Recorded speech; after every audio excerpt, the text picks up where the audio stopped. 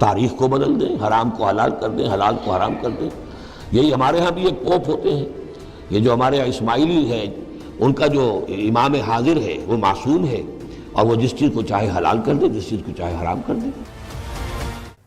ایک پکچر کبھی کسی زمانے میں دیکھی تھی، ہیلن آف ٹرائے۔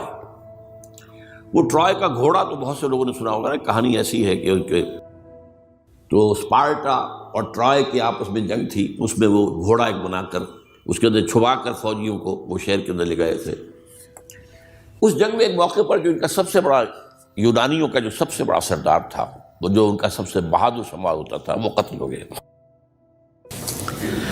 تو ایک یونانی جو ہے دوسرا سردار کھڑا ہو کر کہتا ہے، so this is the end of Greek bravery but not of Greek ٹریچری۔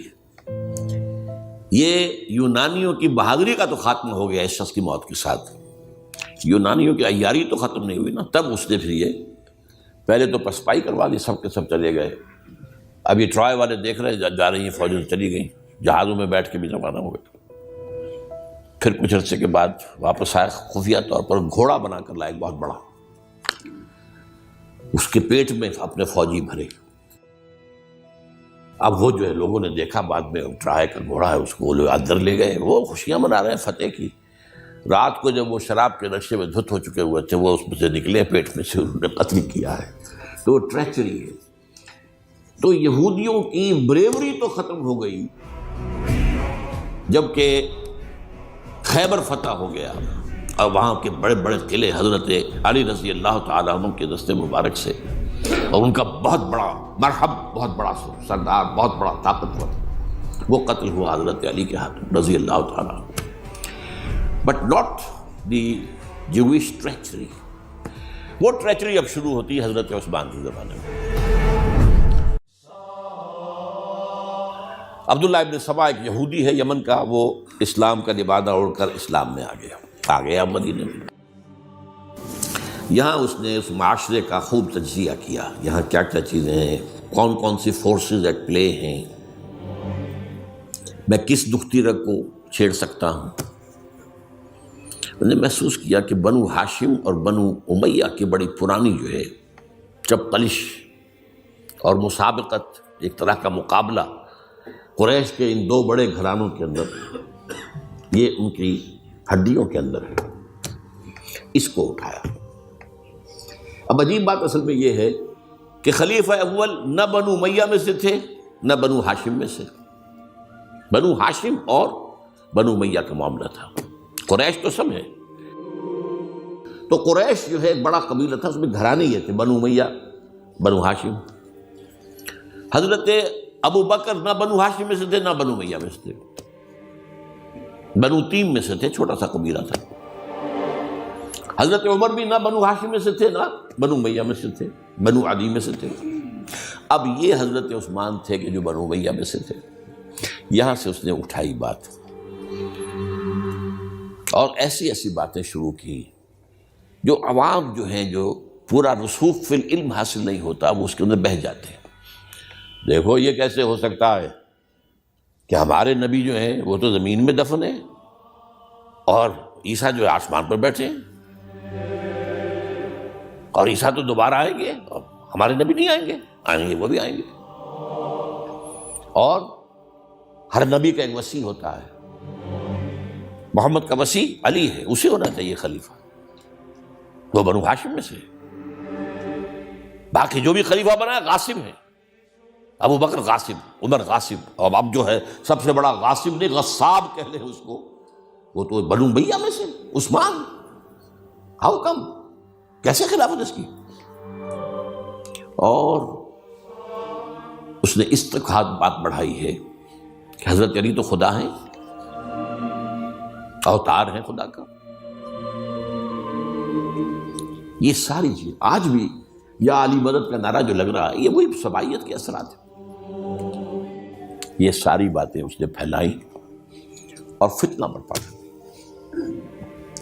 اور اس کی ایک خاص ٹیکنیک اس نے ایجاد کی۔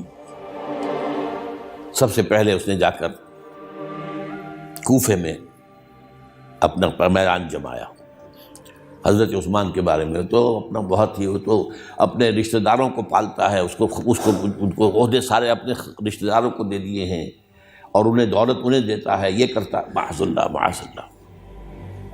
وہاں پہ ذرا کسی نے جو وہاں کے گورنر تھے ذرا بات پوچھ کی تو وہاں اپنے ہم خیال چھوڑ کر شام چلا گیا، وہاں جا کے وہی بات، وہاں ایک گروپ بنا لیا، پھر مصر چلا گیا، وہاں جا کر وہی بات۔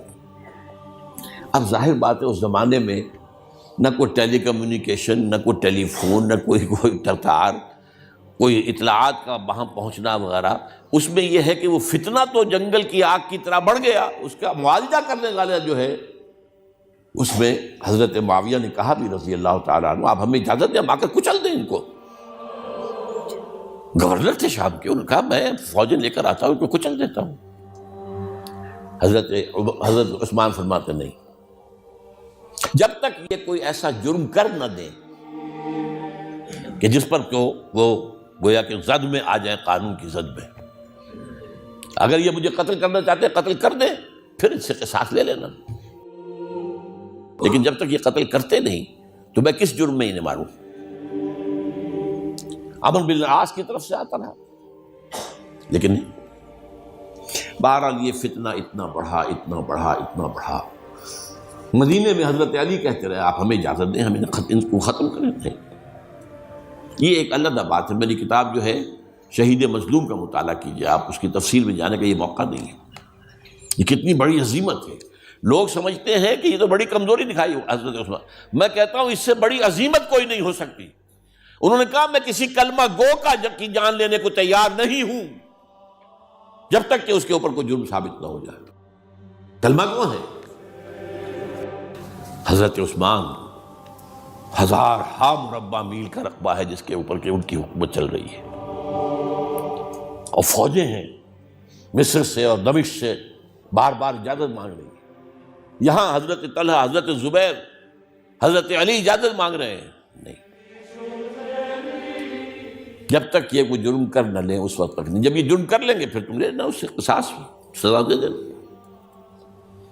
چنانچہ آخری وقت تک بھی یہ ہوا ہے کہ حضرت علی کے دونوں صاحبزادے حضرت حسن، حضرت حسین، حضرت عثمان کے دروازے پر کھڑے پہرا دے رہے تھے، عبداللہ ابن زبیر پہرا دے رہے تھے، لیکن وہ جو بلوائی تھے وہ پچھلے پچھواڑے سے کہیں دیوار پھلانگ کے گئے، انہوں نے حضرت عثمان کو شہید کیا رضی اللہ تعالیٰ۔ یہ ہے اصل میں یہودیت کا بیک لیش، یہودیت کا انتقام، اور جو سازشی ذہن اللہ نے ان کو دے رکھا ہے اس میں کوئی شک نہیں۔ ذہین انتہائی تباہ قوم، لیکن ان کا جسے ہم کہتے ہیں ایول جینیس، تو اس کی ان کی ذہانت کا جو ہے میدان سازش، اور اس میں اتنے ماہر ہیں کہ وہ زخم لگایا ہے اسلام کو، جسد ملی کو، ابھی تک اس سے خون نکل رہا۔ یہ سنیت اور شیعت کی تقسیم کہاں سے شروع ہوئی؟ وہی سبائیت، وہی سے تو آیا دبا۔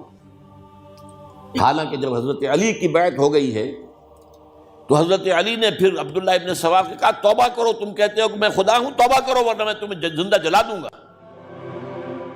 نہیں، تم ہماری جتنی چاہے آگ مالو، ہم کہتے تم اللہ ہو۔ اسے 40 آدمیوں سمیت حضرت علی نے زندہ جلوایا، اور یہ بات اہل تشیع کی کتابوں میں لکھی ہوئی ہے۔ بدقسمتی سے آج کل اگر کوئی بات کی جاتی ہے عبداللہ ابن سبا کے خلاف تو وہ سمجھتے ہیں کہ یہ شیعت کے خلاف بات ہو رہی ہے۔ حضرت علی نے تو خود ان کی اپنی کتابوں کے مطابق عبداللہ ابن سبا اور اس کے 40 ساتھیوں کو زندہ جلایا۔ تو خدا ہے، تو ہمیں آزما رہا ہے۔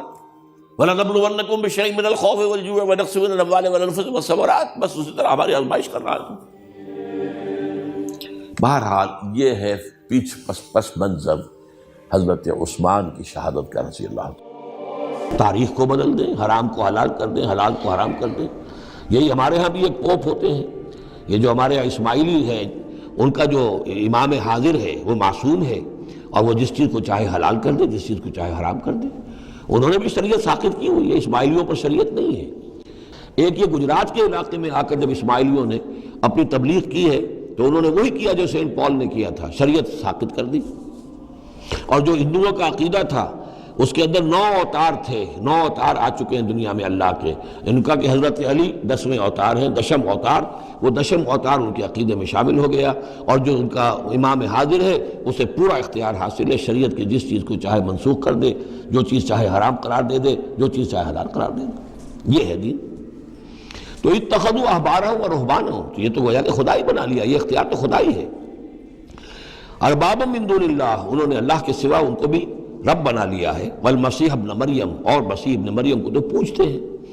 وما امروا الا ليعبدوا الہا واحدا، انہیں نہیں حکم دیا گیا تھا مگر اس بات کا کہ وہ پوجے صرف ایک الہ کو، لا الہ الا ہوا، نہیں ہے کوئی معبود اس کے سوا، سبحانہ عما یشرکون، وہ پاک ہے اس سے کہ جو شرک یہ کر رہے ہیں۔ یہ اسماعیلی اس وقت جو ان کے امام ہیں، آغا خان تھے، آغا خان کے پوتے اب ان کے امام ہیں، اب کریم آغا خان، یہ ان کے نزدیک امام معصوم ہیں، ان سے کسی خطا کا امکان ہی نہیں۔ سر سلطان محمد خان جو آغا خان تھے، ان کے تو یہ الفاظ بھی منقول ہوئے ہیں کہ جب میں شراب پیتا ہوں تو شراب جب میرے ہونٹوں کو مس کرتی ہے تو پاک ہو جاتی ہے۔ یعنی یہ امام معصوم تو وہ شے ہے کہ جس سے کوئی ناپاک چیز چھوئے گی تو پاک ہو جائے گی، جیسے وہ